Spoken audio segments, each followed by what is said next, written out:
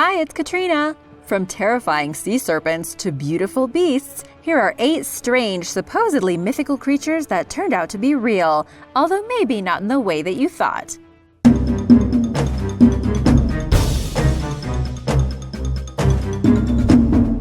Number 8. The Kraken. There are a lot of sea monsters that have been written about over the years, but none is more terrifying than the Kraken.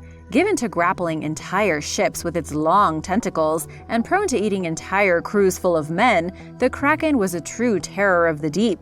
It could even create whirlpools, clouds of bubbles, and rapidly shifting ocean currents. Naval officers and scientists wrote feverishly about this beast, beginning in 1180 with Norwegian King Sverre, who claimed that many such creatures guarded the coast of Norway. Of course you would want your enemy to believe your coast was protected by a savage beast. That's one heck of a coast guard, and it's absolutely real. The legends of the Kraken are based on sightings of the giant squid.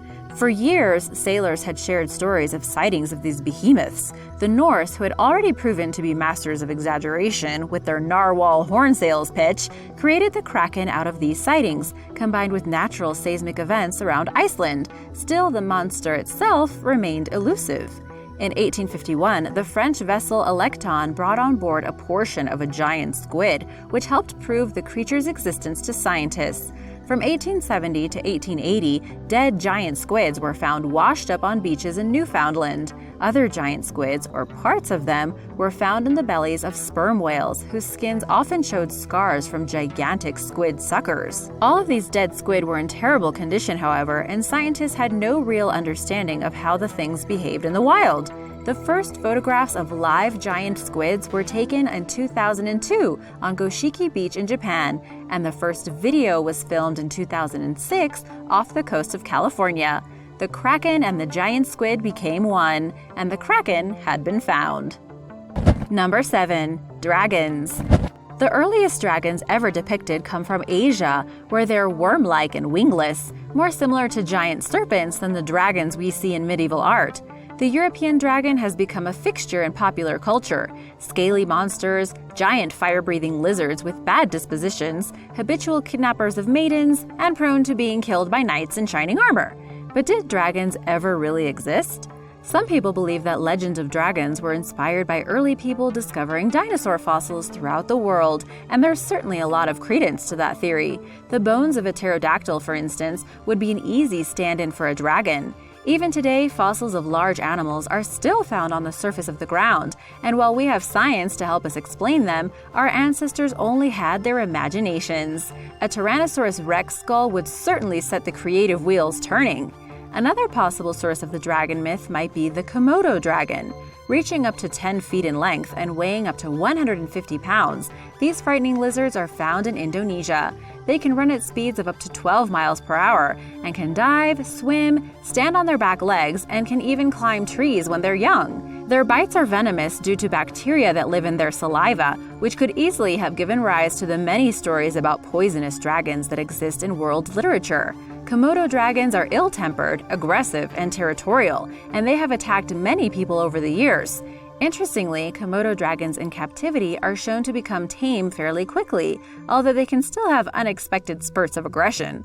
They recognize different keepers, show a preference for particular human caretakers, and have been shown to play with and possibly hoard plastic toys and other objects, a very dragon-like thing to do. Number 6. The Chupacabra.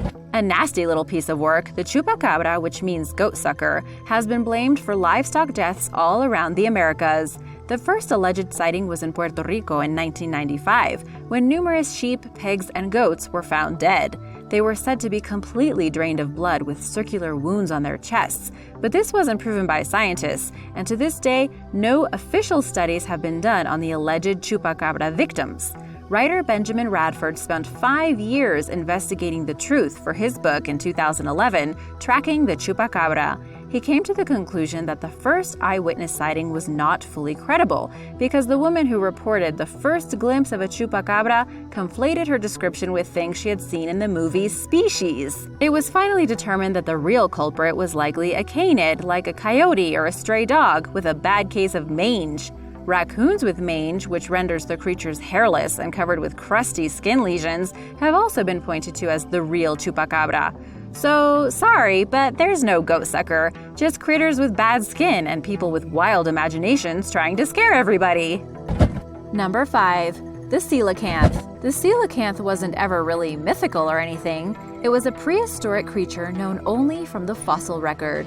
Scientists believed that this fish had gone extinct back in the Cretaceous period, some 65 million years ago, but that was before one was caught off the coast of South Africa in 1938. Today, this ancient fish is considered a sort of missing link species between fish and tetrapods, four-limbed vertebrates that live on land. There are 2 varieties, and while they're exceedingly rare, they're not extinct just yet. They can be found off the coast of Africa and in the waters around Indonesia. They can grow to more than 6 feet in length and weigh as much as 200 pounds. They have armored skins, 8-lobed fins, and a face only a mother could love. Its survival after all those millions of years is thought to be due to its lack of natural predators. Most animals, including humans, don't eat the coelacanth because its meat is full of urea, oil, wax esters, and other nasty elements that taste disgusting and can make you sick. As long as humans don't want to eat the coelacanth and haven't found any way to make money off of it, it should be able to stick around for another 65 million years. Number 4. The Platypus. When the first specimen of the platypus was sent back to England in 1799, it was dismissed as a hoax. The distinguished scientists who received the carcass were convinced that some clever Chinese taxidermist had attached a duck's bill to the body of a beaver, and they spent a long time looking for the telltale stitches. You could hardly blame them. Who would believe that a venomous, duck-billed, beaver-tailed, otter-footed, egg-laying mammal really existed? Well, it does. The platypus is one of only 5 existing species of mammal that lay eggs. These creatures are called monotremes. The only other monotremes in existence are 4 varieties of echidna. All of the monotremes are native to Australia, New Zealand, and Tasmania. The male platypus has a spur on its back leg that can inject venom, which can be extremely painful in humans who've experienced it, usually while grabbing a startled male platypus. They have dense, soft brown fur and are the only mammals that have electroreception. They hunt by detecting the electrical fields caused by muscle contractions in their prey. That's a good thing because their eyesight is very poor and the water is murky. The platypus is actually pretty small, only about 20 inches in length, but recently paleontologists have discovered a 5-million-year-old platypus that was over 3 feet long. It's not really a giant, but when compared to its modern descendants, that's a big boy. The bigger ancient platypus might have been a predator that hunted prey like frogs, unlike the modern kind who eat mostly worms and other invertebrates. The platypus was hunted for its fur, and it is considered a threatened species. Taronga Zoo in Australia has been able to successfully breed them in captivity, so future generations will be able to still marvel at this weird little animal. Number 3. The Okapi. What do you get when you combine elements of a donkey, a zebra, a deer, and an antelope? You get an African creature that European scientists dismissed as imaginary until the early 1900s. The Okapi, also known as the forest giraffe, has also been called the African unicorn. It is native to the Democratic Republic of Congo and lives in tropical forests, where it eats leaves and other vegetation. It's related to the giraffe, but without the long neck. Unfortunately, the Okapi is considered endangered, so this is one species that might actually end up being mythical after all.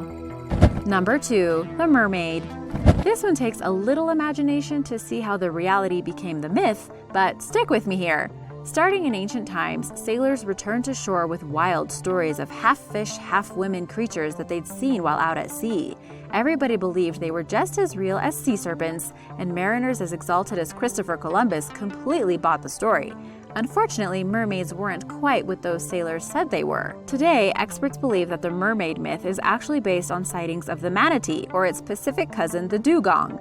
Manatees have the ability to tail stand, which means that they can bob around with their heads and front flippers above the water. They can also use their flippers almost like hands, holding objects and even using them to eat. Add to this the fact that they can turn their heads almost like a human being, and the recipe for one heck of a mistaken identity is complete. Columbus wrote that the mermaids he saw were not so beautiful as they were said to be, for their faces had some masculine traits. You might wonder how something like the manatee, which has also been given the very unsexy name sea cow, could be mistaken for a beautiful lady. But remember, the sailors were at sea for a very long time, and they were frequently issued large quantities of rum as part of their daily rations. Number 1. The unicorn.